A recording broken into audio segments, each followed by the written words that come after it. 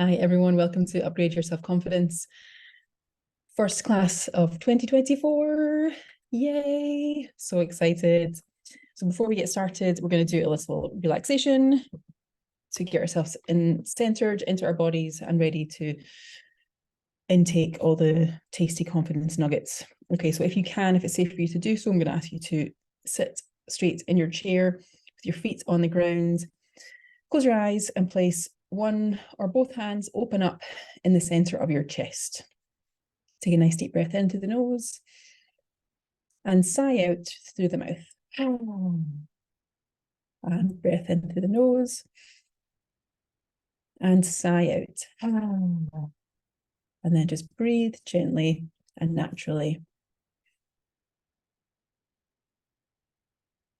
We're going to take that magical squeegee or that feather duster, and we're going to wipe the tension away from the top of our head down to the tips of our toes. So imagine you have that magical feather duster or squeegee, and we're just wiping away the tension from the top of the head, going down to the eyebrows and the jaw, the neck, the shoulders, the chest area, arms, wrists, fingers, internal organs, wiping all the tension away, our back, upper back, middle back, lower back, our thighs, buttocks, hips, upper legs, knees, calves and shins, ankles, feet and toes, and give your toes a little waggle and imagine all the tension, the rest of the tension is just leaving your body from the tips of your toes. And then we're going to imagine, take another couple of deep breaths in and out, and we're going to imagine that we have a ball of light and a trapdoor in the top of our heads and the base of our spine. And we're opening up the trapdoor in the top and we're popping in a ball of light down to the base of our spine. And when we breathe in, that ball of light goes up to the top. And when we breathe out, that ball of light goes down to the base of the spine again. So breathe in and go up, and breathe out and go down. And as you're breathing in and out, imagine that you're calling any energy, any conversations, any experiences, any negative emotions, anything that you've left outside of yourself with other people or places or situations or circumstances, pulling that into the center of your body, pulling it all in back into your center. And down to the base of your spine, back up again a couple more times, calling everything back into your body. And we're going to open up the trapdoor in the base of the spine. Let's just call everything back in. Trapdoor at the base of the spine is open, and we're going to do something fun. We're going to imagine that when that trapdoor at the base of the spine opens up, on the out breath, we're going to push the ball of energy down into the earth, down into the center of the planet. So when you feel like you want to do that, go ahead and do that on the out breath. Imagine it dropping down, and with it goes all of your worries and fears and things that have happened in circumstances and energy that you've put outside of yourself. Anything that's not benefiting you, get rid. Let's just drop it. Just let it go.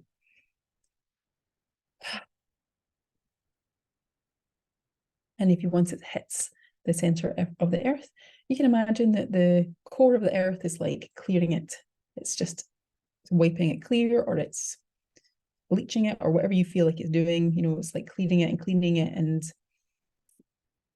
really taking all that stuff out of that energy ball.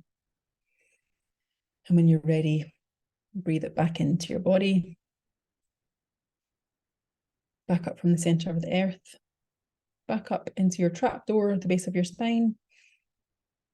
And with it, it brings lots of beautiful, yummy, nurturing energy, tasty earth energy, really feminine, really nurturing, really caring and kind and unconditional love back up into your body. And as it goes back up, it centers yourself, recenters all of your energy centers and everything that you've got going on, recentering up and up and up and at the top of your head. And what you do with it after that, it's up to you. You can send it up to the sun, you can send it back to the source, back to the universe, back to God, whatever you choose, whatever your preferred thing is. Or you can leave it hanging out up there, beaming lots of beautiful, yummy Mother Earth light onto you. Whatever you decide is all acceptable and it's all good. And I'm going to do something I've never done before. Not never done, but I've hardly done. I'll do something I've hardly done before, which is to ask you, can you get a message? Is there a little message there for you when you tap in? And this ball of light that's come up from the center of the earth, does it have anything to give you, a message or a gift or anything like that? Oh. Take another couple of deep breaths. And when you're ready, let's come back into the room. Hello, back here on the call. And I think Raquel's just joined us. Hi, happy January.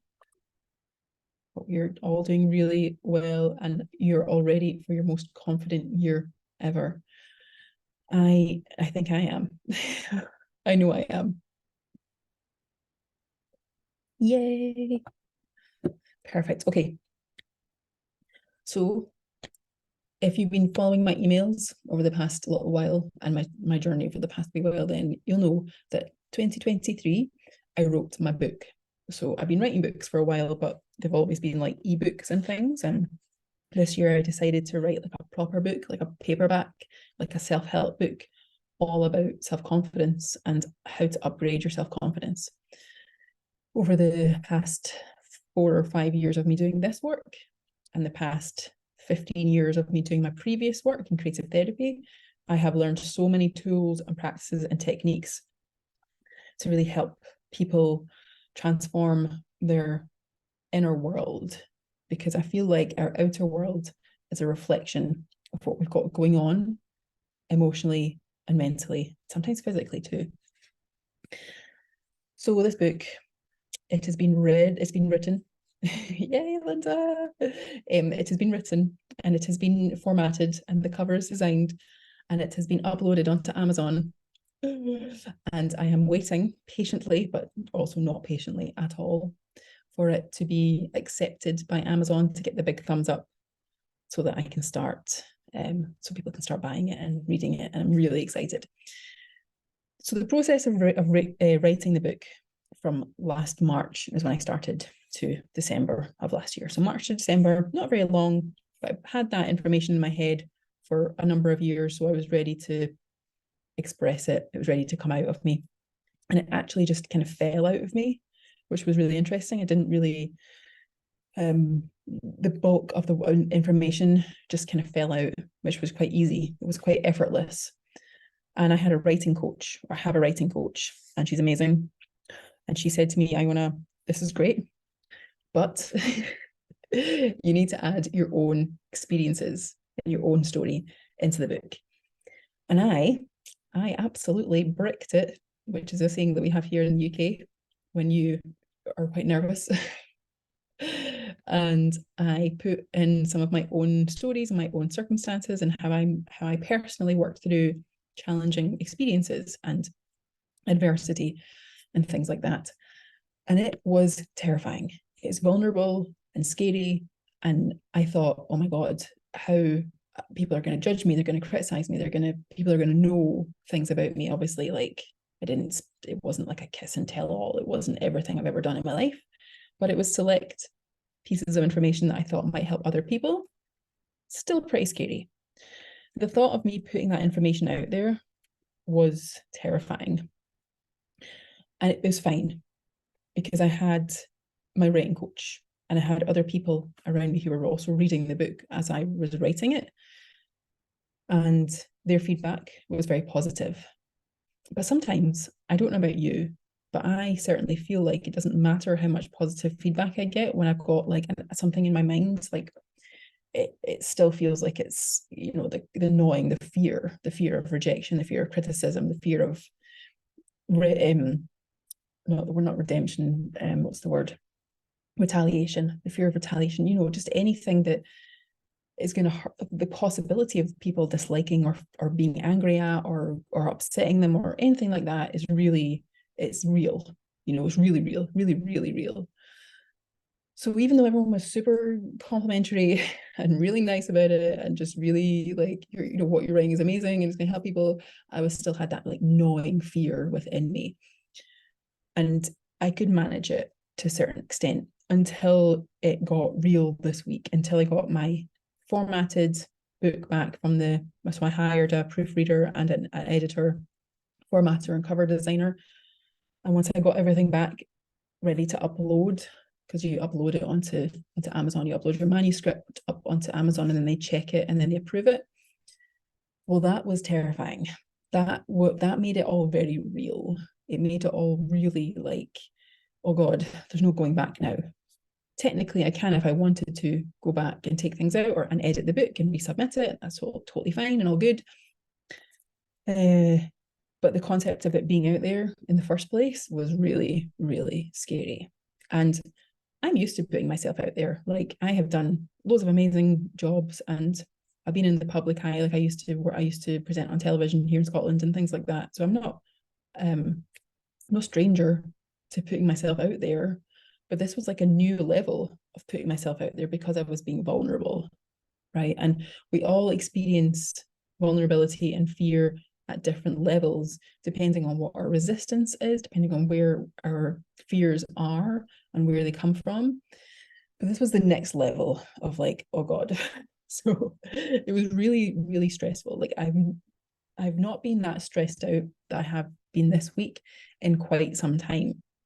The concept of the vulnerability, the concept of people reading and looking at and seeing and knowing my vulnerability felt really, really, oh God, felt really scary.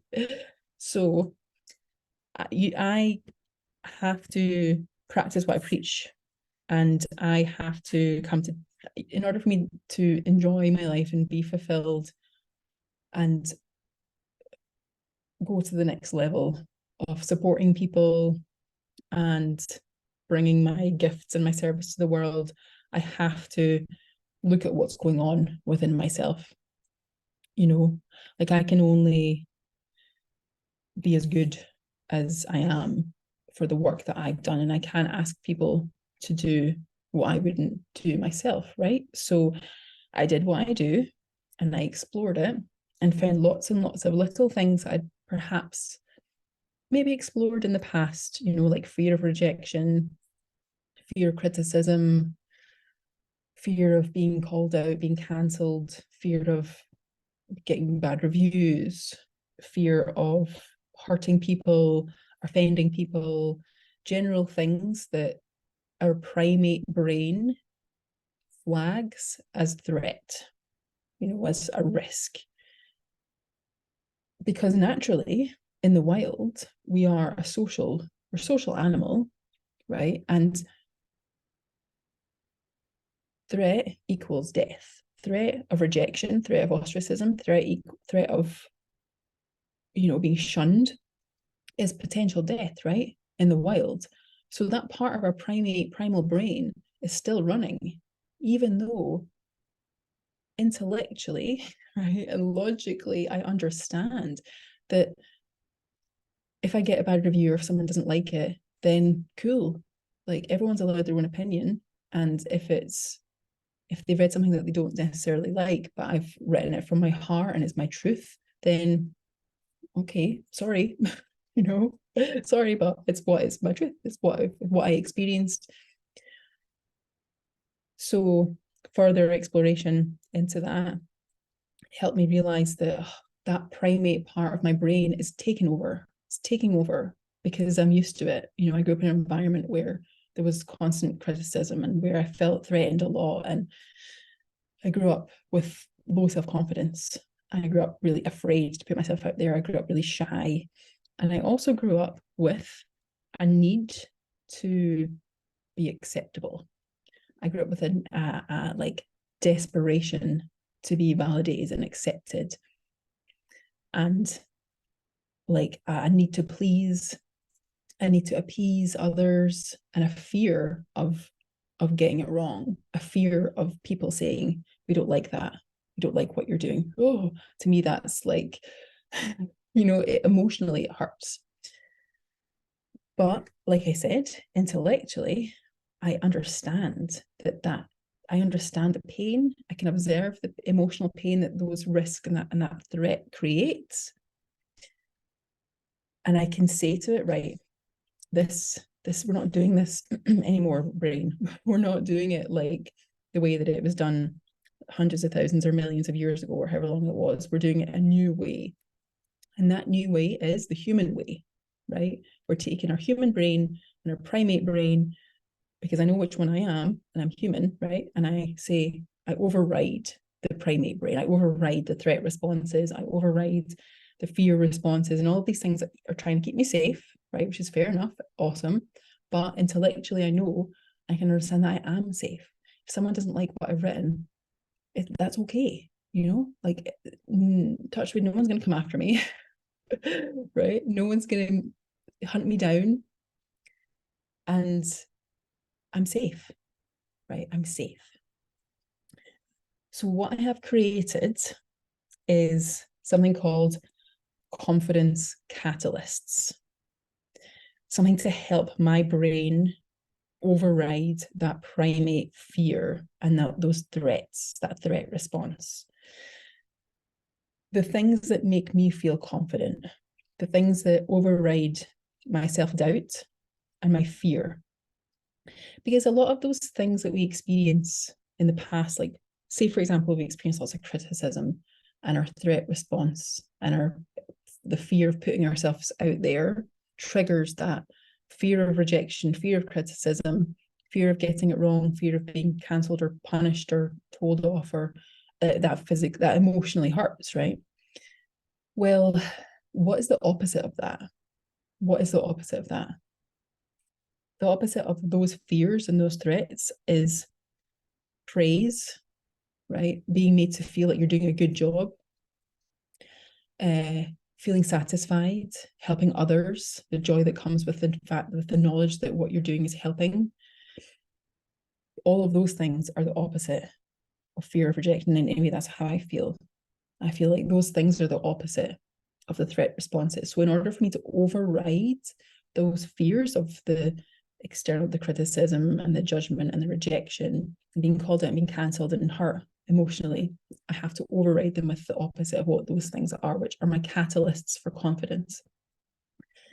But the danger is with this, that I said at the start, right? One of the things that's the opposite of rejection and criticism is praise, right? I swung from one extreme, which was fear of rejection, to like desperation for praise, right? So, which is not sustainable. Going out of your way to constantly please others, people please, and get praise, and just doing things for others to make sure others are okay, and you're not doing anything to make others feel bad, then you're not living as your true self. It's not sustainable. So the confidence catalysts that I have decided to work on are ones that that involve me, that are for me, that are building up my true self.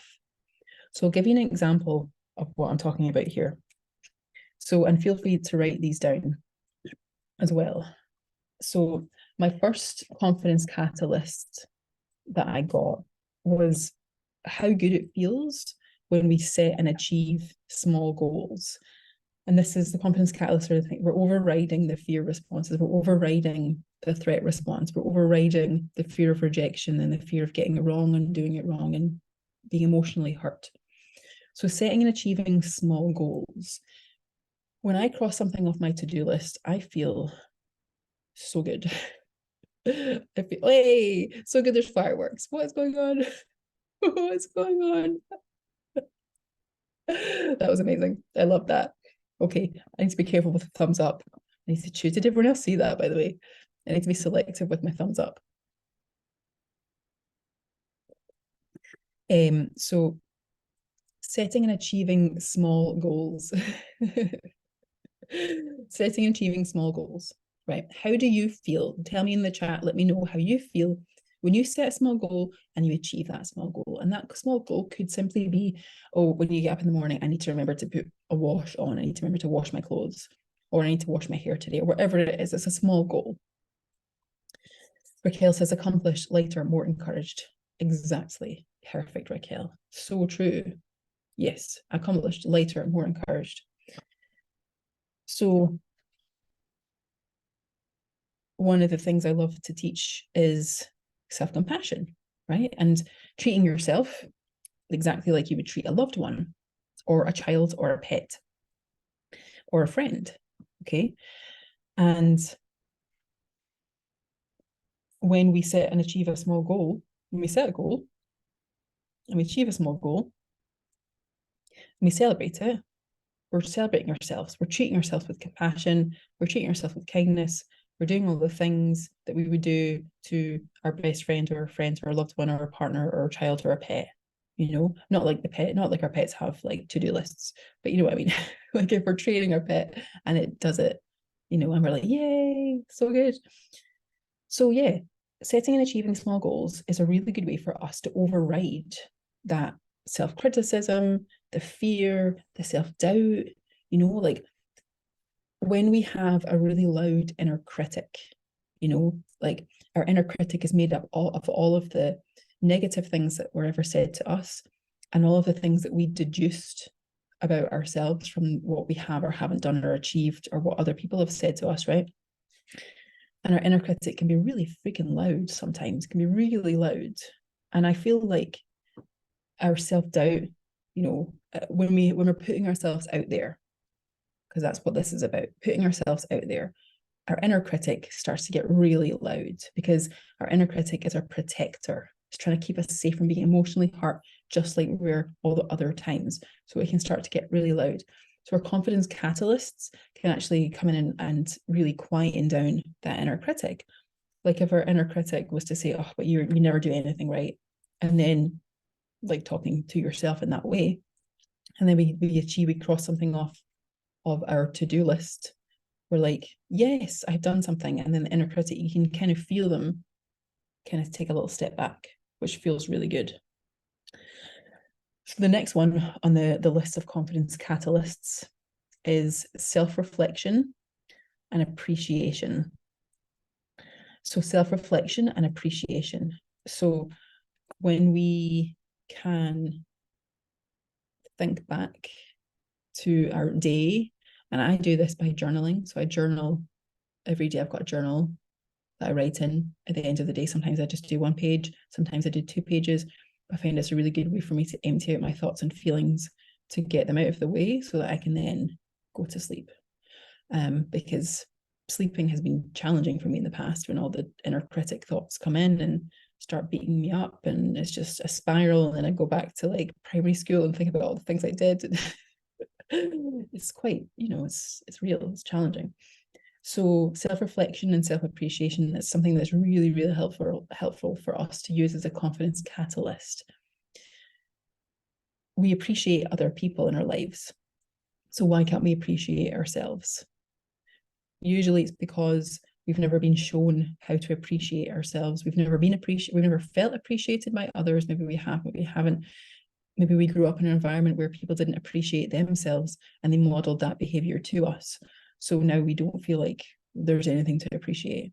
Perhaps we've been treated badly in the past. We were told certain things about us that were negative and critical, and we took that on board, and that now fuels our inner critic, and we find it hard to appreciate ourselves. But we have so many people in our lives who appreciate us. I appreciate you. And I feel like using appreciation and self-reflection together, you know, like in your journal or in your notebook or even in the notes on your phone, you can write down. In fact, let's do that right now. So under self-reflection and appreciation, think about things that you appreciate about yourself. And these can be like physical traits, personality traits, things that you know, really appreciate yourself. Give yourself a really lovely gesture of appreciation. and reflect on that. Reflect on maybe like doing something in the past and how well it went. And if you want to share with me in the chat, that would be really great as well. Share with the group.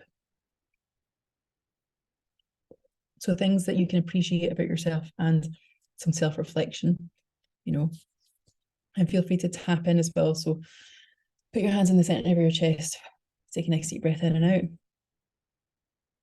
What can you appreciate about yourself? You showed up to this call, right? That's pretty cool. I appreciate you for that. I appreciate you for giving yourself the time and the care to come on and have a listen and recalibrate yourself to some new perspectives and ideas and energy. That's pretty cool. A lot of people don't do that. A lot of people don't give themselves that.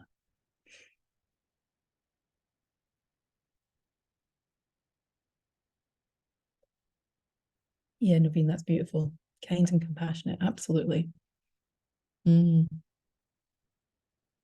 isn't it interesting as well when you first start realizing these things and telling yourself these things like I'm kind and compassionate, how like, ooh, how like twisty that feels. You've just written, unfortunately, not towards myself. Exactly. It's really challenging to think these things about ourselves because we've been programmed not to. Like society has told us that if we appreciate ourselves, it gives us a big head, we get too big for our boots, or we're going to become narcissistic, all of these things. And that's all just rubbish. It's all absolute nonsense. You having to be compassionate to yourself not only shows others how to treat you, but it teaches others that it's safe to be kind and compassionate to yourself, because there are so many boys and girls in the world who are who really beat up on themselves, and it's heartbreaking watching people, especially children, be really not like themselves, dislike themselves. So I think a world where we're a little bit more compassionate with ourselves and towards ourselves is really great. Raquel, I appreciate that I'm dedicating time to taking care of myself and trying to better my own experience. I love that. Absolutely. Absolutely. Yes, you are dedicating time. You're dedicating time and space to take care of yourself. Love that. Love it. Linda says caring and compassionate. Absolutely. You really are. Ashley. Oh, nice one. Awesome. Okay, cool. So yes, so journaling, I like to journal my wins at the end of the day, which feels really fun. It feels really good. It gets my inner critic out of the way, and it helps me to become more steady, and it has massively improved my quality of life. Think about your quality of life when you run around beating up on yourself, being mean to yourself, bullying yourself, right? Emotionally abusing yourself. Let's be honest here, right? The things that we say to ourselves, if we said that to another person, it would be emotionally abusive, right? And we wouldn't do that. So why are we doing it to ourselves? Because it's been modeled to us, because society has taught us to do it, because we don't know any different. So now it's time for us to say, we're not doing it like that anymore. That's not serving us.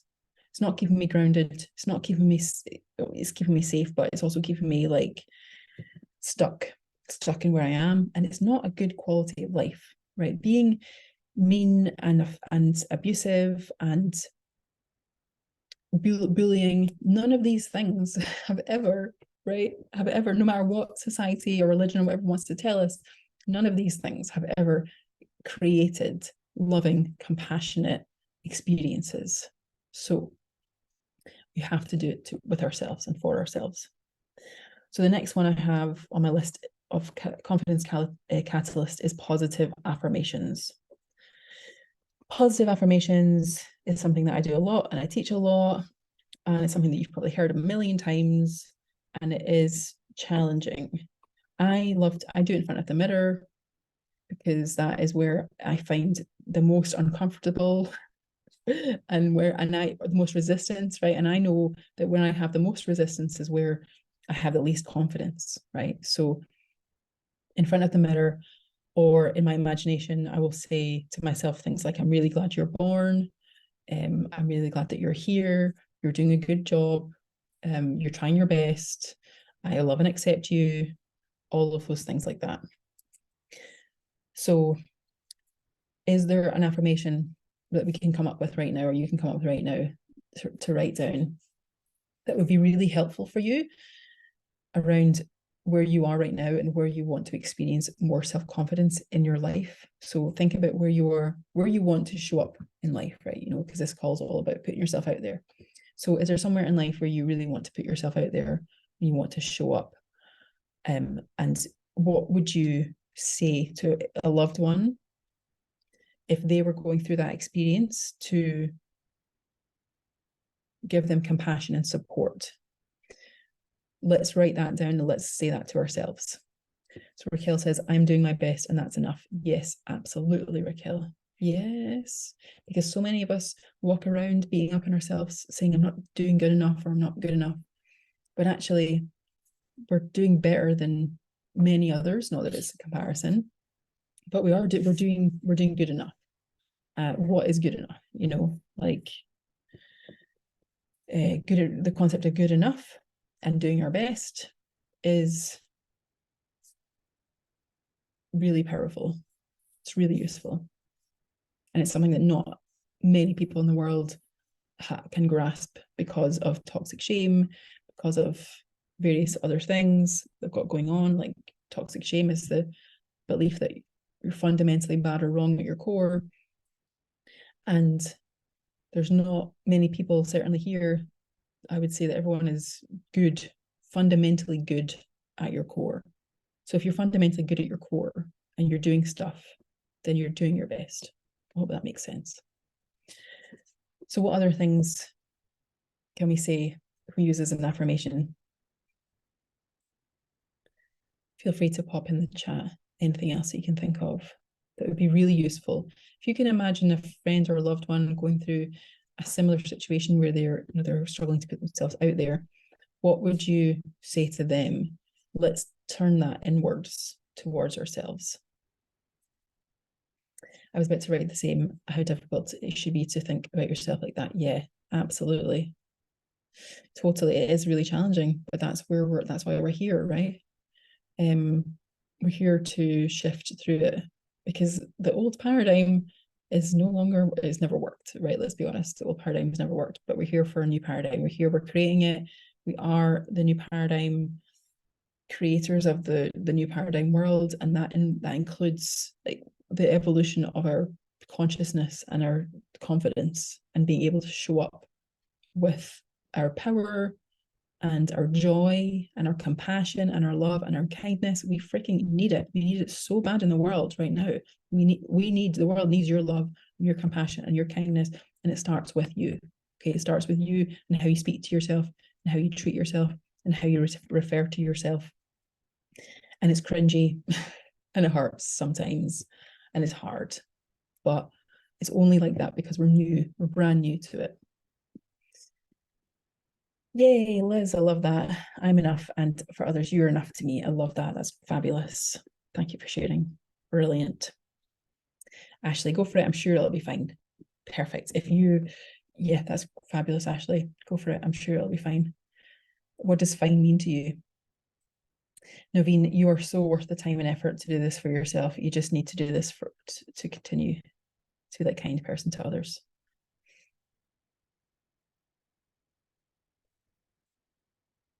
Yes, you are worth the time and effort to do this for yourself.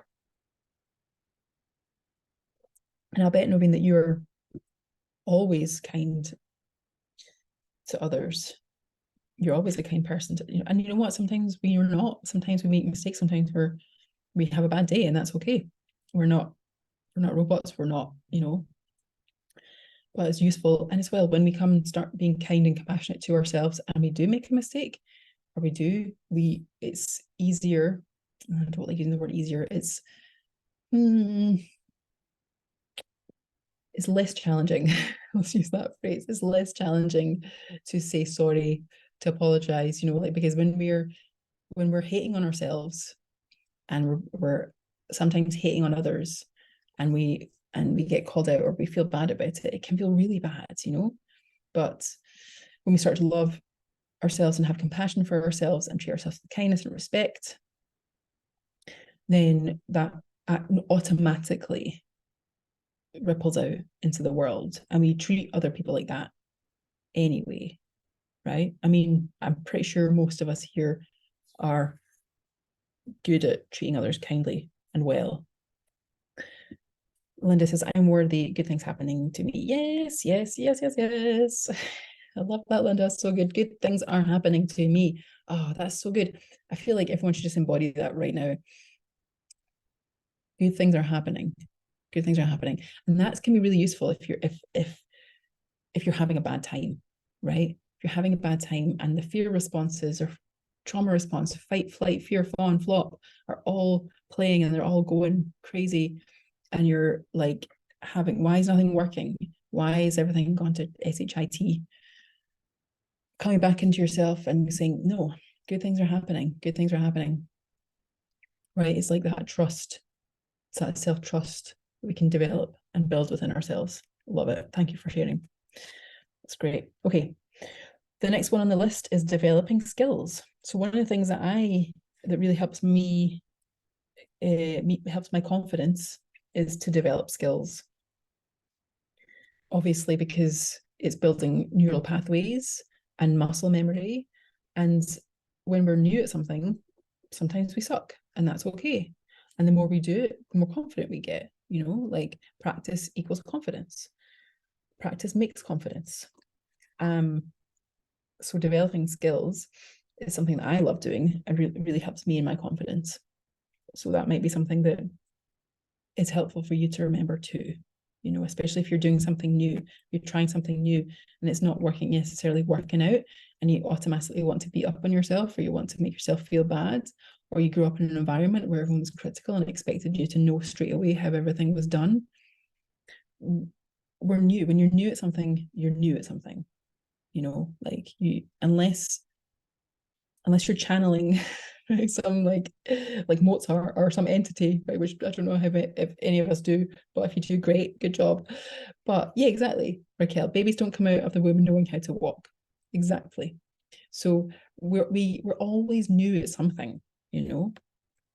There's a first time for everything, and we're always new at something.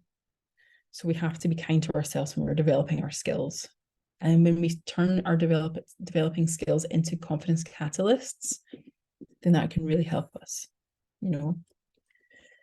So the next one is accepting mistakes as learning opportunities. So when I think about all the things that I've done in my life and made a mess of and regret, you know, like my regrets and things like that, I can go down the regret route. I can really, really go hard on myself because I observed the adults and the people in my life when I was a child really going hard on themselves when they made a mistake. And that's what I learned. And I also had a little bit of toxic shame too, where I felt like I was fundamentally flawed, so and bad and wrong, you know. So took all that together, and also with, you know, learned perfectionism and things like that. I grew up in an environment where I was expected to know what to do straight away and expected to be grown up straight away, and ball that all up. And you get someone who's really hard on themselves and does not treat themselves well when they make a mistake. Well, human beings are mistake-making machines. Like we are so good at effing up because we're also so good at learning, you know? And some of my biggest and best learning opportunities were made when I made a mistake.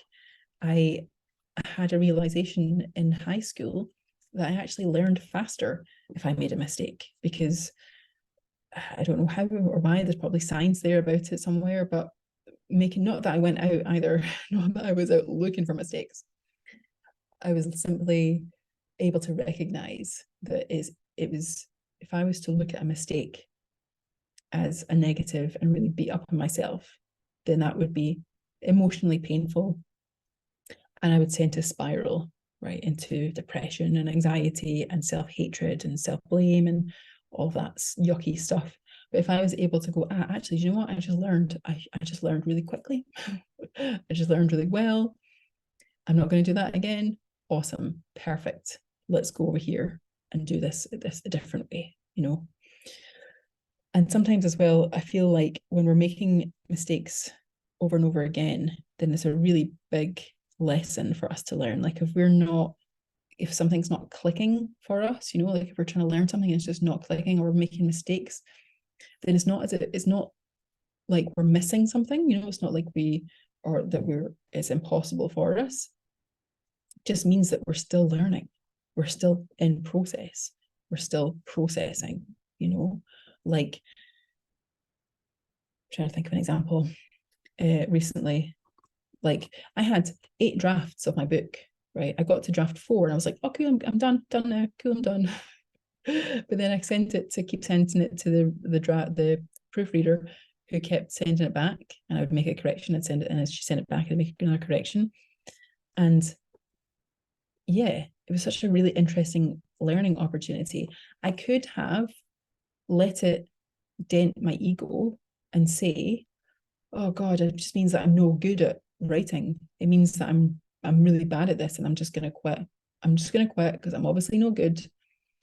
Or, yes, cool. Now I know what to do now. Now I know that word doesn't go with that, or I need to break up that sentence more, or that letter is, learning about languages and things, because I was not good at English at all in school. So that was a really interesting learning opportunity for me in making mistakes. So accepting mistakes as learning opportunities is a really good way for us to upgrade our confidence, especially when we're putting ourselves out there. When we put ourselves out there, we make a mistake, we can be like flipping the table and saying, F it, I'm never doing that again. I'm done. I'm not doing it anymore. Or we can say, do you know what? Okay, what did I learn from this? What would I do next time? It's really important. And as well, if you're looking at a loved one again, or a child, or someone, a friend, and they make a mistake, you're not going to go, oh, I'm never speaking to you ever again.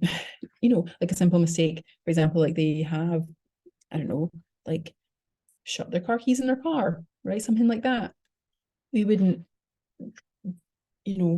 storm off and shout mean things to them as we're leaving. No, we wouldn't do that. So why do we do that stuff to ourselves? We shut our car keys in the car and we're like, oh, you stupid idiot. Why didn't, we really beat up on ourselves, and we really like create so much inner turmoil and hatred within ourselves. And it's not sustainable for a good quality of life and for healthy mental and emotional health and physical health too. So the next one on the list is similar probably to what we've already said: self-compassion. Self-compassion.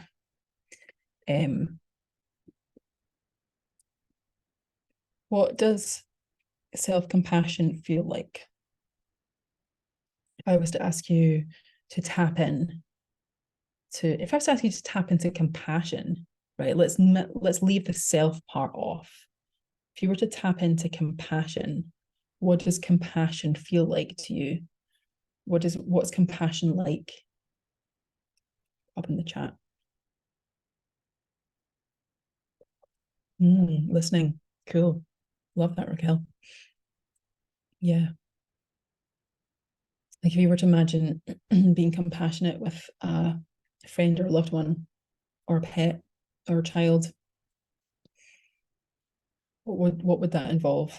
And what would that feel like as well? Like how would that feel in your body?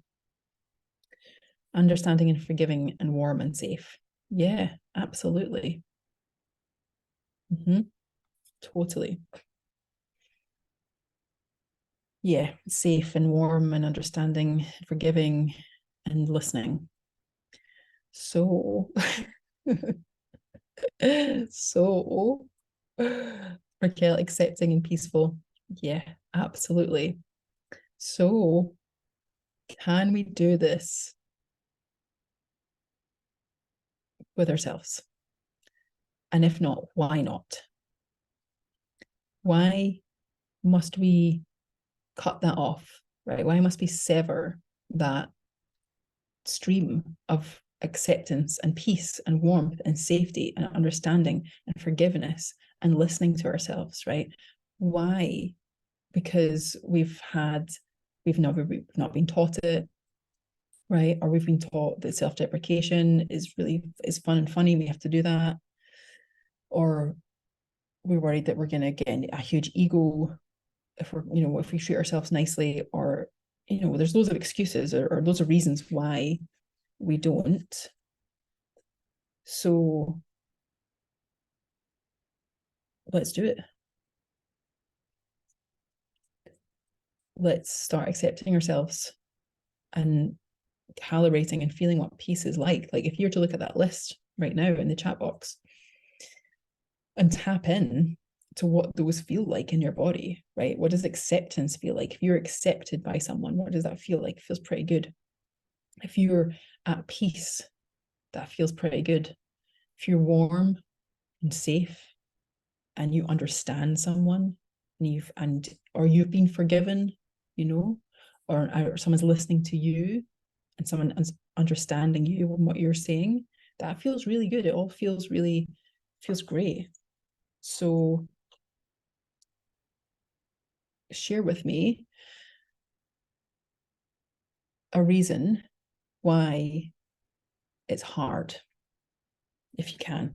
Share with me a reason why self-compassion feels challenging, or is a difficult concept to grasp. Is it sometimes because we're just not used to it, right? So we're out of practice because we're new at it. That can be the case as well. So if you can, and if you can tap into self-compassion, great. But if you're struggling, you don't know how, then share with me like what's going on.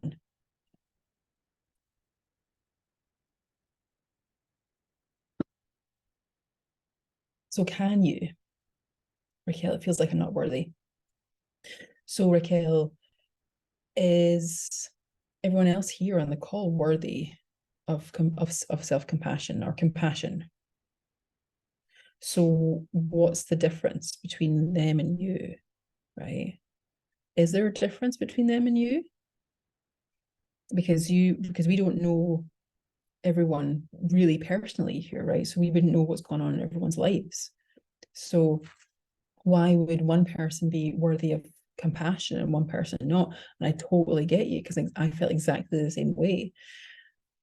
And I feel like perhaps we've been made to feel like we're not worthy at some point in our lives. Knowing that logically, but it's difficult giving it to myself for some reason. So what would be the worst thing to happen if you were to give yourself compassion? What could be the worst thing that would happen?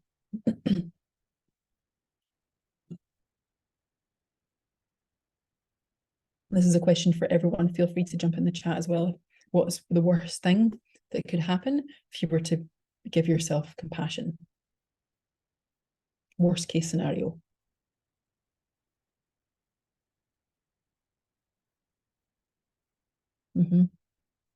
Yeah. Yeah, totally. I fear I wouldn't get anything done. I love that. Yeah, yeah. Well, maybe you would be better at making decisions. Maybe you'd be better at getting stuff done, in your own time, and being more patient with yourself, right? Because the way that we've been taught to work is really not sustainable.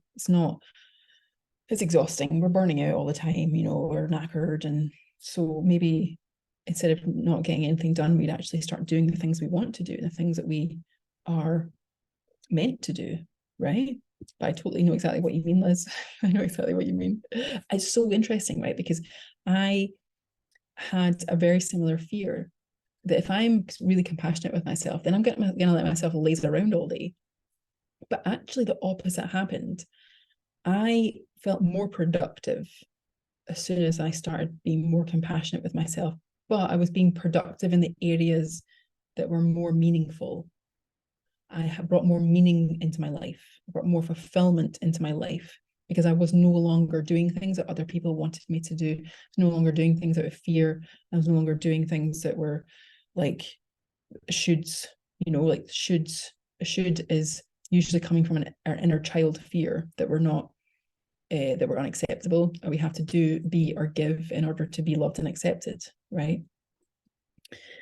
Maybe I spend a lot of time on myself and other things, responsibility. Totally, absolutely, yeah.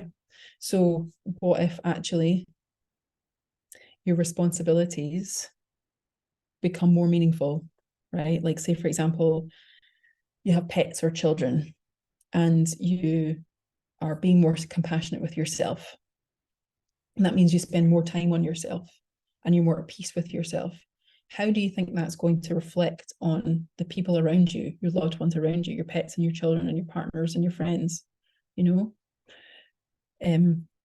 it's going to reflect positively in them, and they're going to see you doing it, and that's going to be, you're going to be their reference point, you know. And yes, it is getting over the hurdle of that discomfort and practicing it. Absolutely. It's only discomfortable because, or uncomfortable because we're not used to doing it. And we've been taught that if we do it, then X, Y, and Z, right? That think other things aren't going to get done, or you're just going to become lazy and sit around loving yourself all day. Well, actually, what if you decided that is easy? What if, right? Big what if here. What if you are easy to love? What if you are easy? What if being compassionate with yourself is easy? You know, what if you're so lovable? What if you are lovable and you can love yourself because it's easy? It's easy to do, right? What if you could decide that it's easy to do? Me lovable? Yeah, it's a wild one, I know, because we've been led to believe that we're not lovable, or we have to do things to become lovable, and that we're not easy to love, right? We've been convinced by people that we're not easy to love, we're hard to love. That is absolute crap. Who says that you're not easy to love or that you're not lovable? People who aren't loving. People who aren't loving.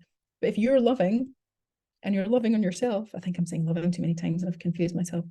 If you're loving, right, on yourself and others, then you're lovable, right? You just are. End of. You're born into the world. You wouldn't walk up to a baby and say, you're not lovable. You wouldn't walk up to a child and say, you're not lovable. Why do we decide that we're not lovable? It's usually because we've made mistakes, or we do things, or we get told that we're not lovable. Mistakes are opportunities to learn. And the other people who are telling us that we're not lovable and not good enough are themselves not happy people. They're not loving on themselves. A compassionate person doesn't tend to tell another person that they're not lovable or not good enough. You know, like, all of the people who are deeply unhappy in the world are the people who are the meanest people in the world, you know?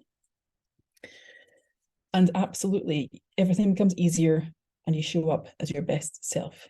Yes, 100%. Okay, the next one is one that I talk about a lot, and that's radical and unconditional self-acceptance, right? Another really tricky one, accepting yourself where you are right now in this moment. We've got things we want to do, we've got things we want to be, but what if right now you're acceptable right now in this moment? What if you could love yourself and accept yourself right now in this moment? Let's do some tapping on that right now.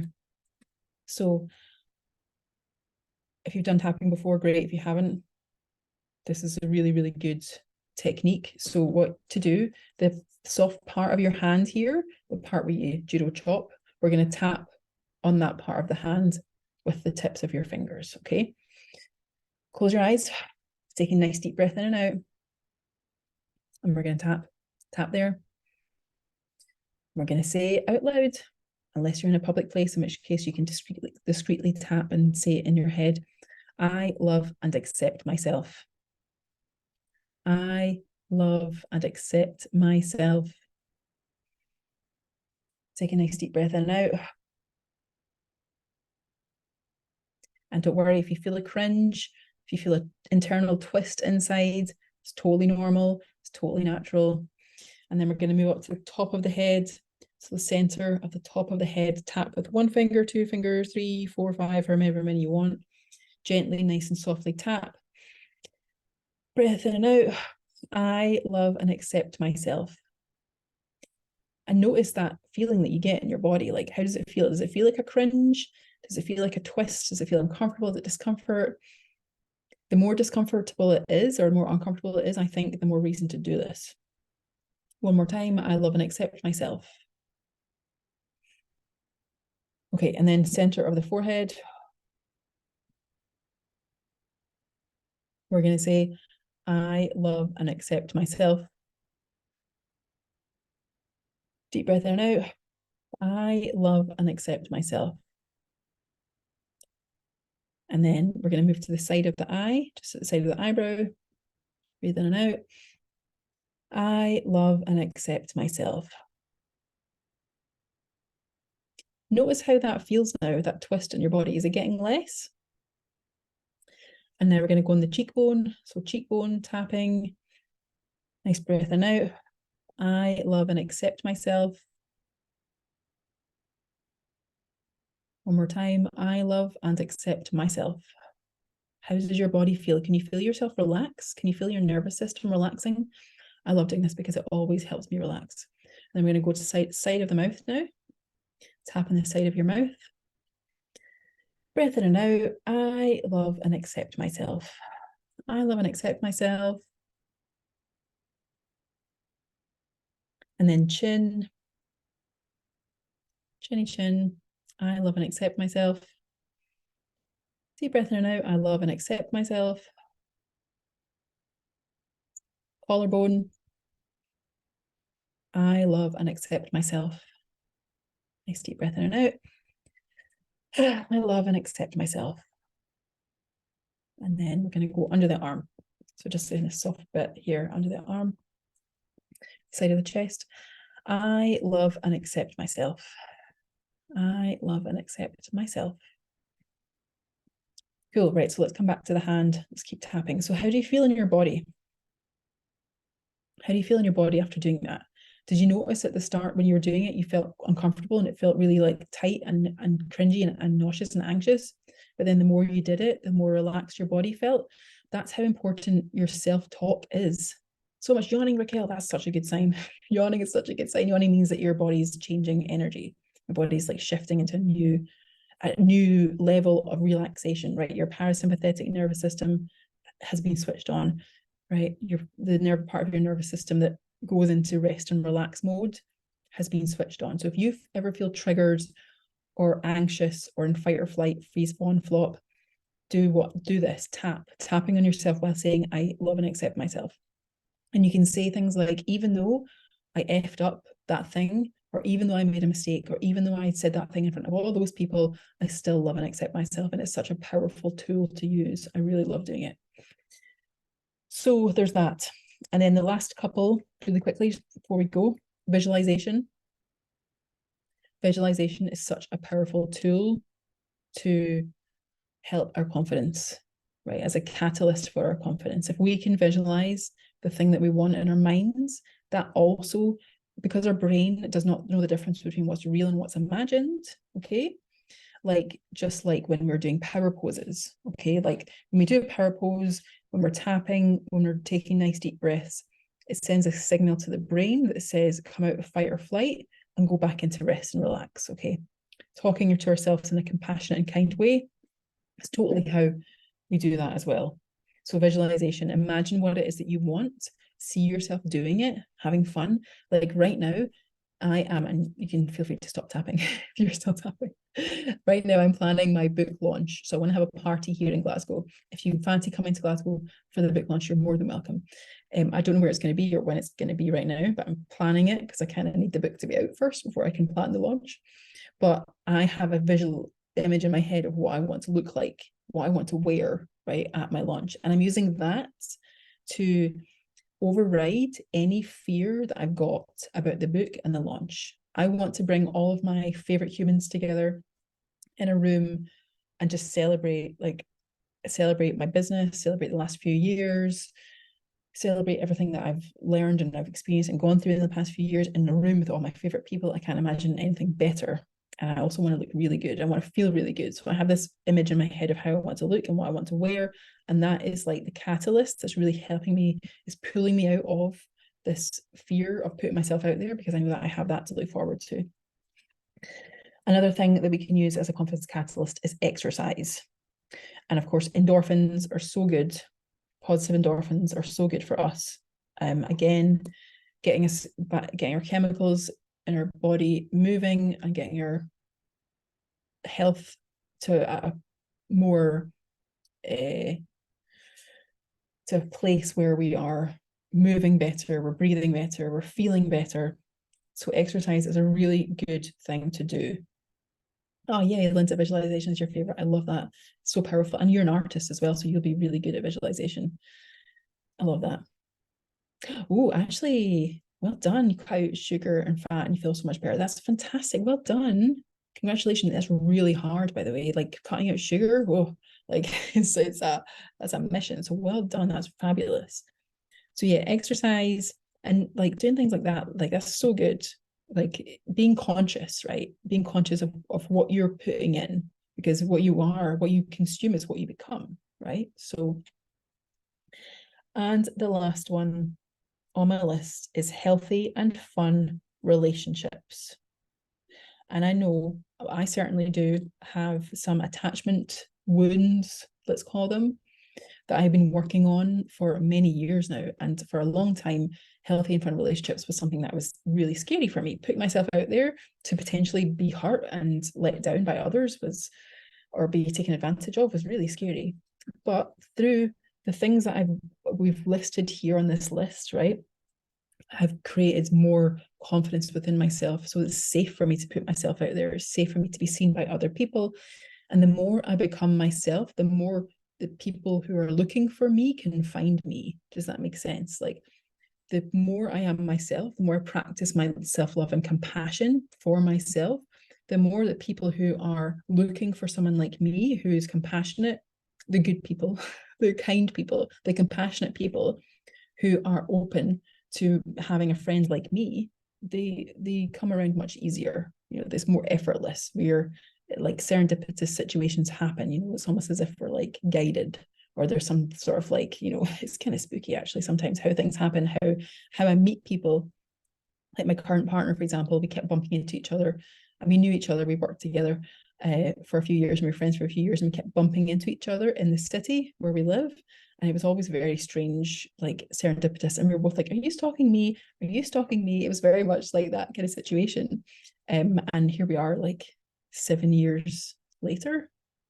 Yeah, it's amazing. Okay, so how are you feeling? Because that was a lot of information. Happy 2024, and here's loads of information for you about your confidence catalyst. Awesome. I'm so glad. Yay. Amazing. So glad to hear it. Good, good. Yay. Excellent. So yeah, remember these things. Keep this list and remember it. Put your positive affirmation up on your post-it, put it on a post-it note, get it up on your bathroom mirror or anywhere all around your home, and really tap into it regularly. You know, the things like that we said, like I accept myself, I'm doing my best, I'm good enough, I'm worthy, all of these things. When you look at it, tap into it and calibrate to it, because it's really powerful.